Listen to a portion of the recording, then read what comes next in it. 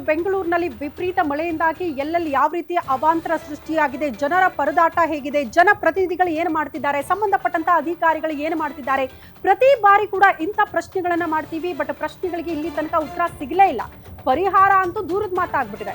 ಅದು ಪ್ರಮುಖವಾಗಿ ಸಾಯಿ ಲೇಔಟ್ನ ದೃಶ್ಯ ನೋಡಿದ್ರೆ ಪ್ರತಿಯೊಬ್ಬರಿಗೂ ಅರ್ಥ ಆಗ್ಬಿಡುತ್ತೆ. ಕಾರಣ ಪ್ರತಿ ಬಾರಿ ಮಳೆ ಬಂದಾಗ ಅಲ್ಲಿನ ಅವ್ಯವಸ್ಥೆ, ಜನರಿಗೆ ಪ್ರೀತಿ, ಪಾಪ ಜನ ಅಷ್ಟು ಪರದಾಡ್ತಾರೆ. ಯಾರಿಗೂ ಹೇಳೋದು ಬೇಡಿ ಬಿಡಿ, ನಮ್ಮ ಸಮಸ್ಯೆ ನಮಗೆ ಇರಲಿ ಅನ್ನೋ ಮಟ್ಟಿಗೆ ಬಂದ್ಬಿಟ್ಟಿದ್ದಾರೆ. ಅಷ್ಟರ ಮಟ್ಟಿಗೆ ಬೇಸತ್ತಿದ್ದಾರೆ ಆ ಭಾಗದ ಜನ. ಈಗೇನೋ JCB ಮೂಲಕ ಕಾರ್ಯಾಚರಣೆ ಆಗ್ತಾ ಇದೆಯಂತೆ. ಚರಂಡಿಯ ಹೂಳೆತ್ತುವ ಕಾರ್ಯ ನನ್ನ ಆರಂಭದಲ್ಲೇ ಹೇಳದ್ನಲ್ಲ, ಈ ಎಲ್ಲಾ ಕೆಲಸಗಳು ಯಾವಾಗ ಆಗ್ಬೇಕಾಗಿತ್ತು? ಮಳೆ ಬರೋಕ್ಕೂ ಮುಂಚೆ ಆಗಬೇಕಾಗಿತ್ತು. ಯಾಕಂದ್ರೆ ಸಾಯಿ ಲೇಔಟ್ ಇದೇ ಮೊದಲಲ್ಲ, ಎಷ್ಟೋ ವರ್ಷಗಳಿಂದ ಈ ಸಮಸ್ಯೆನ ಆ ಭಾಗದ ಜನ ಫೇಸ್ ಮಾಡ್ತಾರೆ. ಚಿಕ್ಕ ಮಳೆ ಆದ್ರೆ ಸಾಕು, ಕಂಪ್ಲೀಟ್ ಆಗಿ ಸಾಯಿ ಲೇಔಟ್ ಜಲಾವೃತ ಆಗುತ್ತೆ. ಕಾರಣ ಚಿಕ್ಕ ಜಾಗ ಕೂಡ ಇಲ್ಲ ಅಂತ ನೀರು ಸರಾಗವಾಗಿ ಹರಿದು ಹೋಗೋದಕ್ಕೆ.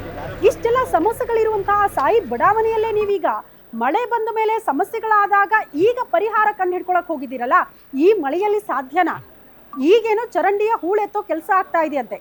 ಮೊದಲೇ ಆಗಿದ್ರೆ ಜೊತೆಗೆ ಚಿಕ್ಕ ಚಿಕ್ಕ ಜಾಗ ಇದೆಯಂತೆ ಅಲ್ಲಿ ಚರಂಡಿಗೆ ಅಂತ, ಸ್ವಲ್ಪ ವೈಜ್ಞಾನಿಕವಾಗಿ ಕೆಲಸಗಳಾಗಬೇಕಾಗಿತ್ತು. ಬಟ್ ಅಲ್ಲಿ ಕಂಪ್ಲೀಟ್ ಆಗಿ ವ್ಯವಸ್ಥೆ ನೋಡಿದ್ರೆ ಎಲ್ಲವೂ ಕೂಡ ಅವೈಜ್ಞಾನಿಕದಿಂದ ಕಾರ್ಯಗಳು ಆಗಿದೆ ಅನ್ನೋದು ಬಹಳ ಸ್ಪಷ್ಟವಾಗುತ್ತೆ, ಕಾಮಗಾರಿಗಳಾಗಿದೆ ಅನ್ನೋದು ಬಹಳ ಸ್ಪಷ್ಟವಾಗುತ್ತೆ. ಬಟ್ ಈಗ ಚರಂಡಿಯ ಹೂಳೆತ್ತೋ ಕಾರ್ಯ, ಅದರಿಂದ ಮಳೆ ನೀರು ನಿಂತಿದೆಯಲ್ಲ ಬಡಾವಣೆಯಲ್ಲಿ ಕಂಪ್ಲೀಟ್ ಆಗಿ, ಆ ನೀರು ಹರಿದು ಹೋಗೋದಕ್ಕೆ ಈಗ ವ್ಯವಸ್ಥೆ ಮಾಡ್ತಿದ್ದಾರಂತೆ ಸಿಬ್ಬಂದಿ.